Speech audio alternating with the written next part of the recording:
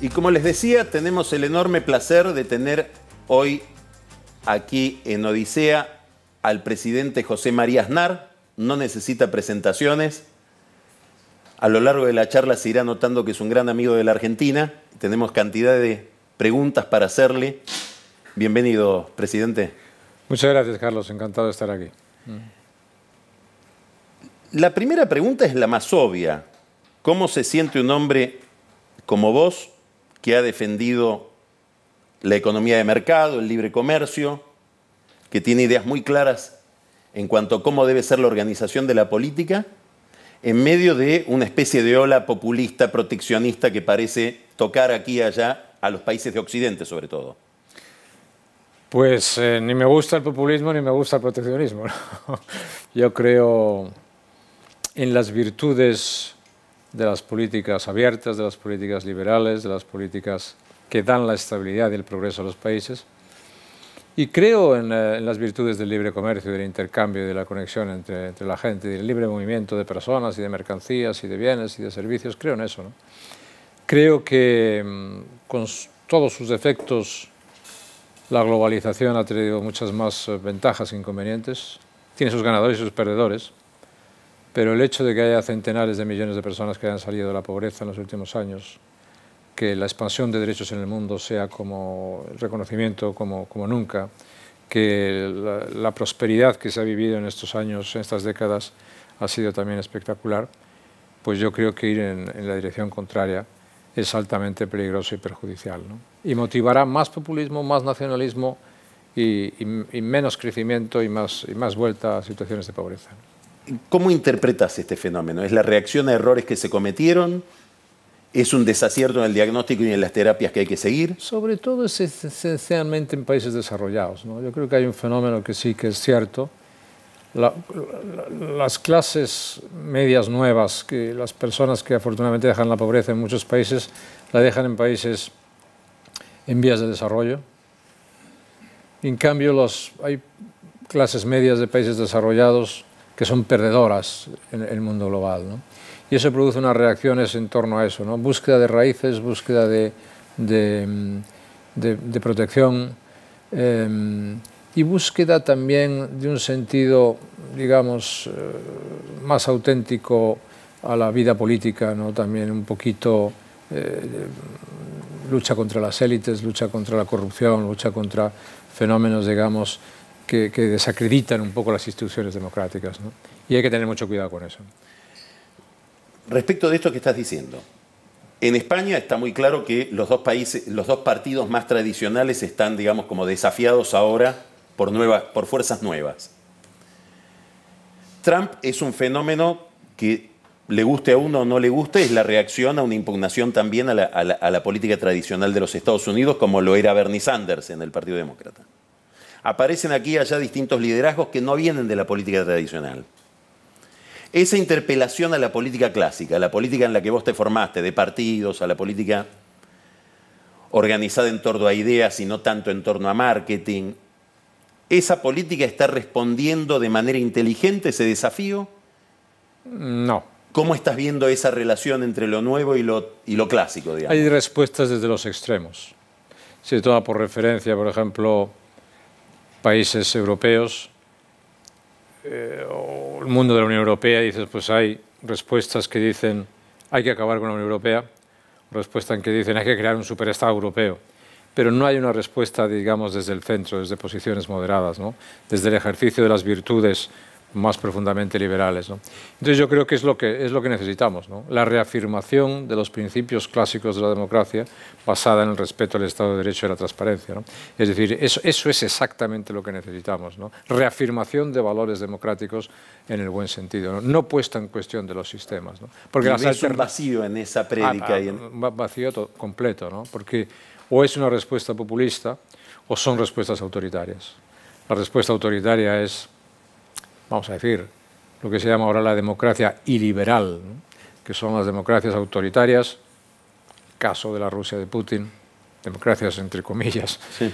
o el caso de la evolución que está teniendo Turquía, o el caso de otros países, ¿no? O son respuestas populistas que estamos en unas situaciones de incertidumbre, ¿no? De ver por dónde van a ir, ¿no? Puede ser tener un origen populista, como son los Estados Unidos, y irse templando, como parece, o modificando, como parece que puede ser el caso.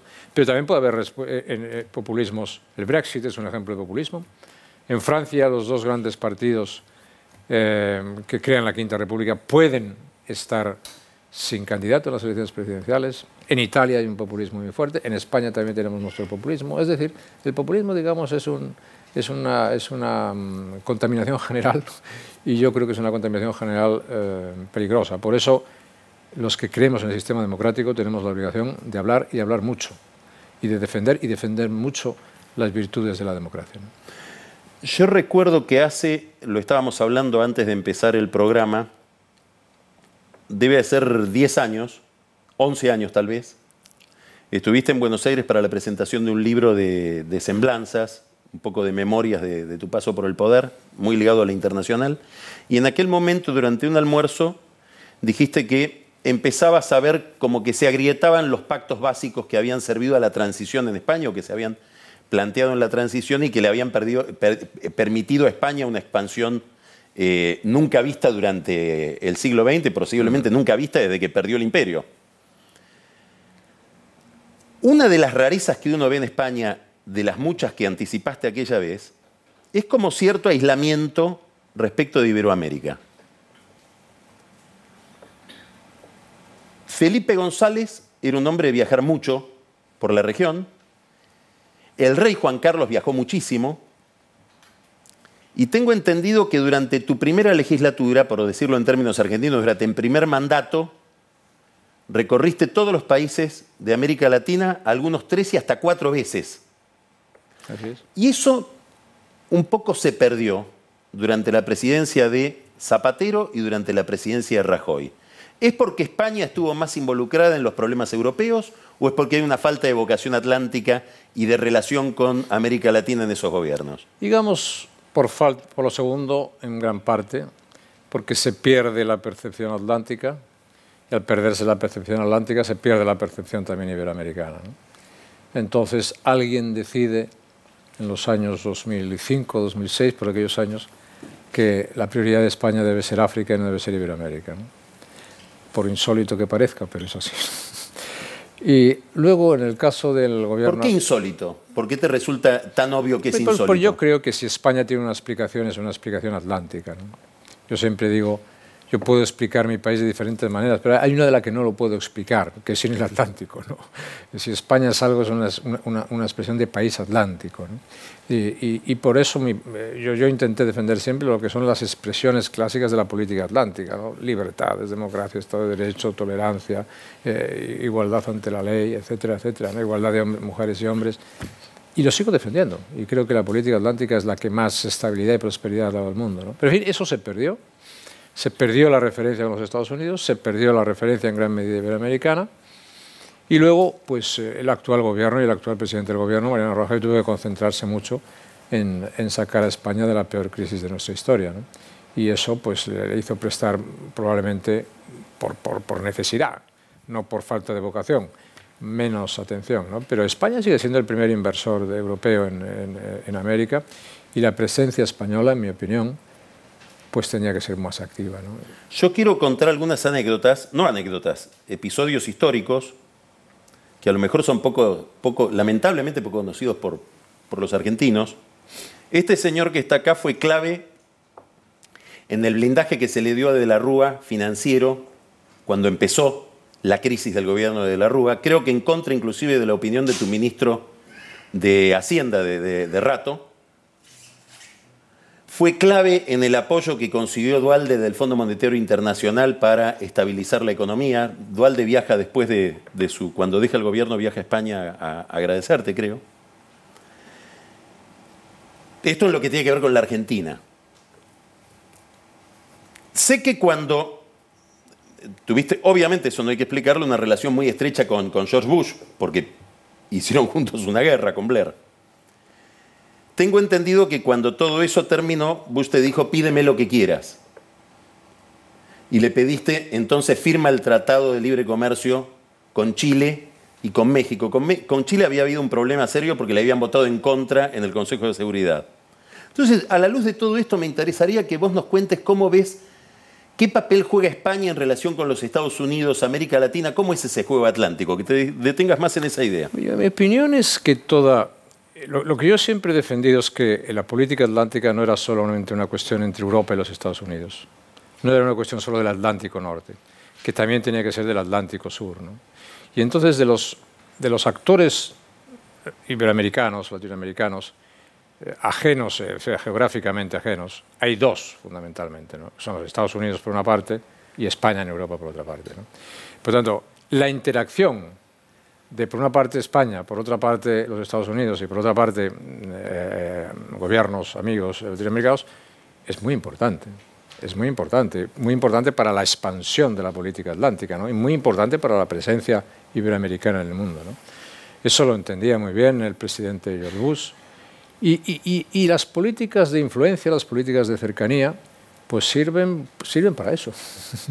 es que para eso es la política, ¿no? Hay gente que puede decidir en un momento determinado, pues Argentina tiene que irse del mundo, ¿no? Y hay otros que nuestra obligación, nuestra vocación, nuestro deber, nuestra responsabilidad, es decir, pues no, hay que hacer lo posible por ayudar, ¿no? Como también nos ayudaron a nosotros, ¿no? Yo siempre digo eso. Cuando los problemas más importantes de Argentina y cuando tuvimos que dar ayuda y cuando tengo que decir que el presidente Bush tuvo una decisión formidable en favor de Argentina. ¿Cuándo fue eso? Eso fue en el año 2001, más o menos, cuando la crisis fuerte del Fondo Monetario Internacional, cuando los momentos que tú has narrado. Yo pido al presidente Bush que Argentina y el Fondo Monetario Internacional debe ayudar a Argentina, y nosotros cumplimos nuestra parte. Y él inclina la balanza del Fondo Monetario Internacional de los Estados Unidos a favor de Argentina, ¿no? Eso es historia, no estoy dando ninguna opinión, estoy haciendo un relato puro de los hechos, ¿no? Pero, en fin, había una relación de confianza que se podía hacer, ¿no? Y yo explicaba, por ejemplo, en España, es decir, nosotros no tenemos que tener dudas en este punto. ¿Por qué? Porque Argentina salvó de hambre a España en los años 40. Y a nosotros nos salvaron del hambre en los años 40 y ahora nosotros, que tenemos la obligación y las posibilidades de ayudar, pues son los que tenemos que ayudar, ¿no? Y así es como hay que tratarse cuando las políticas te las tomas en serio y cuando hablas de las cosas importantes, ¿no? ¿Qué significa Trump en este contexto? Con el conflicto con México, con política, un discurso muy proteccionista. Está en la imprevisibilidad, ¿no? Entonces, yo creo que todos los contactos con la administración Trump son muy importantes. El viaje que hará el presidente Macri a Estados Unidos próximamente yo creo que es muy importante, muy relevante. Hay que hablar mucho, hay que explicar mucho, hay que exponer mucho. Y veremos. El presidente Trump ha hecho buenos gestos en relación con Venezuela, que es uno de los grandes problemas que tenemos. Ahora vamos a hablar de Venezuela. Ha hecho buenos gestos en relación con Colombia, ha hecho buenos mensajes en relación con Cuba. Yo soy muy crítico de lo que ha hecho en relación con México y vamos a ver cómo se van desarrollando las cosas, ¿no? Pero no podría juzgar sin equivocarme una política articulada porque creo que no existe definido esa política articulada. Hablaste de Venezuela. Este miércoles va a haber una marcha que se anuncia muy importante. En prevención de esa marcha, Nicolás Maduro hoy habló de militarizar todavía más a las fuerzas civiles que sostienen al régimen. Parece no tener fin esa crisis. Ha habido ensayos de mediación, uno llevado adelante por Zapatero, después quedó involucrado el Papa Francisco. ¿Cómo ves vos la escena venezolana? Bueno, ¿y cuál es tu receta, si hay una receta? Bueno, David, ha habido una operación que fue una operación una operación de Obama. De Obama. Presidente Obama, con el Vaticano, con UNASUR, con expresidentes, con Cuba, con un objetivo, que es la continuidad de Maduro. Nada más. ¿No era evitar...? No, la continuidad de Maduro. La continuidad de Maduro era muy importante para el acuerdo de Colombia con las FARC. Y para eso todo era importante el reconocimiento diplomático de los Estados Unidos con Cuba sin condiciones. Todo eso forma parte de un mismo paquete. Del mismo paquete. Sí, sí. Ahora se puede intentar, y hay algunos intentos también de hacer alguna tarea de como crear un gobierno, una especie de gobierno transitorio en Venezuela. Yo creo que eso está absolutamente perdido. Es decir, yo creo que la posición en líneas generales de los distintos gobiernos, de la comunidad internacional, por llamarlo de esa manera, ha sido inaceptable. Yo creo que la obligación ahora es respaldar totalmente la posición de Almagro, como secretario general de la OEA. Lo que dice Almagro, en mi opinión, tiene razón, es lo que hay que hacer. Y si en este año 17 no hay elecciones en Venezuela, mi opinión es que Venezuela abrirá, como ya está abriendo, un proceso de cubanización muy difícil de revertir, ¿no? Muy difícil de revertir. Y entonces hay que estar más solidarios que nunca con la oposición venezolana, más detrás de ellos que nunca. La exigencia de libertad para los presos y de elecciones tiene que ser inmediata, no para el año que viene, no para este año. Y el apoyo a las posiciones de Almagro tiene que ser total, ¿no? Y las consecuencias en Mercosur y en otros organismos internacionales tienen que ser muy claras desde el punto de vista de lo que significa el posible cambio de régimen en Venezuela. Es inaceptable lo que está pasando. Recién sugeriste, y ahora me gustaría que fueras más explícito, vos has tenido, y creo que tienes una posición bastante disonante de lo que ha sido el consenso general en el tema de los acuerdos de paz de Colombia. Muy cercana, me parece, a la de Uribe más que a la de Santos. Yo me pregunto si yo tuviese que tomar decisiones en ese proceso en España, si las hubiese tomado o no las hubiese tomado, ¿no? Mi posición, yo no las hubiese tomado, ¿no? ¿Vos pensás el tema colombiano? ¿Cuánto te influye la relación con ETA en la visión de Colombia? Bueno, bien, influye, ¿no? Porque es una enseñanza muy importante, ¿no? Pero yo creo que las FARC estaban prácticamente derrotadas. Era el grupo narcotraficante más importante del mundo, el narcotráfico se había reducido mucho en Colombia, la credibilidad de las instituciones colombianas había ganado mucho, la política de seguridad democrática unida al Plan Colombia había sido un éxito, y yo creo que era, en mi opinión, no necesario lo que se ha hecho. Ahora bien, si lo que se ha hecho se supedita a la celebración de un referéndum, y el referéndum se pierde, y el resultado del referéndum se ignora y se aplica el acuerdo, y el acuerdo no solamente se aplica, sino que se convierte en la Constitución de Colombia, pues eso, sinceramente, va a producir unas consecuencias que yo me temo que no sean nada buenas para el sistema institucional colombiano y para la democracia colombiana. Y entonces, a mí eso me preocupa mucho, porque Colombia es un país al que quiero, respeto y admiro, y siempre ha tenido un sistema institucional que algunos podrán decir más grande, más pequeño, pero siempre lo ha tenido y siempre lo ha respetado, y eso ha sido una parte importante de la democracia colombiana, ¿no? Y a mí me preocupa mucho que unos acuerdos que permiten que el narcotráfico sea un delito conexo y por lo tanto no haya extradiciones ni pueda haber gente juzgada por los crímenes estén impunes, que los terroristas puedan crear tribunales en donde puedan ser juzgadas las personas que han defendido la democracia, que eso sea parte del sistema constitucional colombiano y que no se respeten los resultados de un referéndum, pues la verdad es que es una situación un poco peligrosa, ¿no? Y me preocupa la evolución de esa situación en Colombia, ¿no? Imaginemos, Carlos, por poner otro ejemplo de un referéndum, ¿no? Imaginémonos que Cameron, que convoca el referéndum del Brexit, lo pierde y decide continuar. Y decide, el Reino Unido no solamente continuó como primer ministro, sino que además el Reino Unido continúa en la Unión Europea. Mire usted, las reglas democráticas no son esas, y esas cosas no se pueden hacer sin grave daño para la credibilidad del país y sin grave daño para la credibilidad de las instituciones democráticas, ¿no? Y buena prueba de ello es que, desgraciadamente, pues la expansión del cultivo de narcotráfico en Colombia ha pasado de 40.000 hectáreas que lo dejó Álvaro Uribe a 180.000 o casi 200.000 hectáreas que están en este momento, ¿no? ¿Cómo se siente alguien católico teniendo posiciones políticas en todos estos temas tan distintas de las que sostiene el Papa? Bueno, eso es una cuestión, mis creencias religiosas es una cuestión privada, ¿no? Y por tanto, en temas, en cuestiones que afectan a la fe o a la no fe, pues las prefiero tener en reserva, ¿no? Ahora, si se hace política, hablo de política. ¿Y qué impresión tenés del juego de la Iglesia hoy? Yo creo que en Cuba, en Venezuela o en Colombia me gustaría haber visto posiciones más claras en defensa de los valores democráticos y de la democracia y de las libertades, ¿no? Me gustaría haberlas visto, ¿no? No digo que no las haya habido, digo que me gustaría haberlas visto de parte de lo que significa digamos, la expresión más importante de la Iglesia Católica, como es el Vaticano, ¿no? Hay un tema que tú sigues por la política española, pero además por tus preocupaciones internacionales, en el que te has especializado mucho, que es el tema del terrorismo y del fundamentalismo islámico. Y hoy estamos aparentemente cada vez peor en esa materia, digamos, ¿no? Los episodios, los fenómenos son cada vez más complicados y parece que las soluciones están más lejanas. ¿Cómo estás mirando vos ese problema hoy? Bueno, sigue siendo uno de los grandes desafíos, sigue siendo uno de los grandes problemas del mundo actual y del mundo del futuro.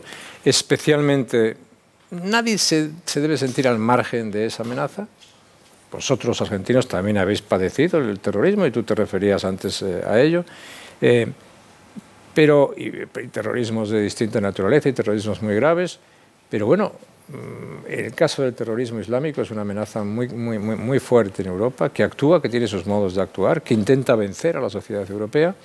Y Europa necesita en este momento, sobre todo, reafirmar sus valores, ¿no? Y en segundo lugar, las políticas en Oriente Medio tienen que definirse, ¿no? Los últimos años de las políticas, llamémosle occidentales, norteamericanas en el Oriente Medio, ha sido de retirada, de retroceso. Eso ha generado vacíos. Esos vacíos han sido ocupados por expresiones terroristas como es el Daesh o como es el ISIS, y eso hay que combatirlo de una manera muy seria, ¿no? En ese sentido, tengo que decir que el mensaje que ha mandado Trump en Siria o en Afganistán me parecen mensajes en la dirección correcta, en el sentido de decir: no estamos de retirada, estamos presentes, somos capaces de evaluar la situación y vamos a ver si detrás de todo eso, además de gestos, hay políticas articuladas. Seguimos ante uno de los desafíos más importantes que tienen las sociedades civilizadas, ¿no? Vos decías, España es un país atlántico, como la Argentina es un país atlántico, claro, que deben vivir en un mundo que se está ordenando en torno al Pacífico. El mundo mira demográficamente, mira económicamente, va económicamente del futuro. Probablemente de los 10 países más importantes del mundo en el año 2040 o 2050, pues una buena parte de ellos sean asiáticos. Pero eso no quiere decir que el mundo atlántico sea un mundo que inevitablemente esté en retroceso. Yo no creo en eso, ¿no? La cuenca atlántica es la cuenca que tiene más reservas de petróleo del mundo, más reservas de gas del mundo, más reservas de agua natural del mundo, más reservas de alimentos del mundo, es decir, y el conjunto y el sistema de valores más compartido y más extenso del mundo, ¿no? Si eso somos capaces de mantenerlo, defenderlo y expandirlo, haremos una muy buena tarea. ¿Vos crees que esta reorganización va a llevar a un conflicto de valores? Yo creo que iremos a un conflicto. Los conflictos que hay en las sociedades modernas son en gran medida conflictos culturales, ¿no? Y yo creo que los debates culturales, los debates de las ideas, los debates de valores van a ser los debates definitorios del futuro. Sí, sí. Ahora parece que no, porque todo va en otra dirección, pero en mi opinión serán los debates definitorios del futuro. Me gustaría que nos cuentes, último tema, a Macri lo conoces desde hace mucho tiempo. Muchos años. Bueno, algunos. Sí. Bueno, algunos sí, bastantes. Son muy jóvenes los dos, además. ¿Cómo es la evolución que estás viendo en Macri y cómo ves su gobierno? ¿Habrás estado con él en España? He estado con él en España, he estado con él en Argentina, estaré también. ¿Lo tienes que ver cuándo? ¿Mañana? Mañana. Sobre todo hay un gran deseo, ¿no?, del triunfo de Argentina, ¿no? Y hay un gran deseo. La visita que hizo a España fue un gran éxito. Pero hay un gran deseo en líneas generales. Yo que soy un viajero, ahora estoy por todo el mundo, en todas partes hay un deseo de que Argentina salga adelante, ¿no? Ahora, yo valoro... ¿Por qué? ¿Qué significa la Argentina si la miras desde Porque se necesita. Afuera. Se necesita. Argentina es un país con una historia larga, una historia brillante, con una influencia grande que tuvo en el mundo, con unas posibilidades enormes, y se necesita, ¿no? Y se desea, ¿no? Y quiero decir que, en mi opinión, la tarea de Macri del presidente Macri es una tarea difícil, ¿no?, complicada, ¿no? Porque es la tarea de organizar una transición. Yo no creo que Argentina ha vivido simplemente un cambio de gobierno, ¿no? Argentina necesita vivir una transición, digamos, del populismo a lo que es la democracia, una transición a la economía de mercado, una transición a la normalización internacional, una transición social. Y eso no es tarea de un año, tarea de un año y medio, es una tarea muy difícil, ¿no? Que necesita objetivos comunes, objetivos compartidos, que esa tarea de transición la comparten la mayor parte de la sociedad argentina y que reme en esa dirección, ¿no? Reme con alguna perseverancia, con alguna fuerza, con alguna paciencia también, ¿no? Pero yo creo que las cosas van en la buena dirección y hace falta mucha determinación, mucho coraje, y el presidente Macri lo tiene, ¿no? Si se toma por referencia otras transiciones, cada una en su ambiente, pues se ve que se necesitan a lo mejor lustros o décadas, ¿no? Para que esas transiciones culminen, ¿no? Y ojalá, mi deseo es que Argentina lo pueda conseguir. La condición de esas transiciones suele ser la capacidad de acuerdos, de llegar a acuerdos, y estamos en sociedades muy fragmentadas, ¿no? Sí. También en España. También en Estados Unidos. También. ¿Y a qué lo atribuís? Muy fragmentadas. Es una parte del mundo moderno, ¿no? La revolución digital, la globalización, la extensión de muchas zonas de bienestar producen fragmentación de la sociedad, ¿no? Es decir, los medios de comunicación se fragmentan, las audiencias se fragmentan, la sociedad se fragmenta, la representación política se fragmenta. Es decir, las sociedades actuales son mucho más fragmentadas que hace años, ¿no?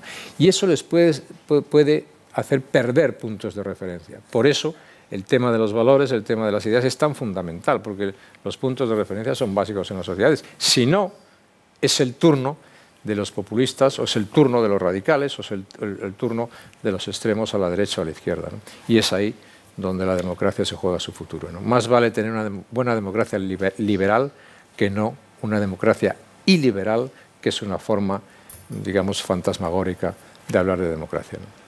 Presidente Aznar, muchísimas gracias por haber estado aquí. Como siempre, Carlos, un placer. Muchas gracias por la invitación.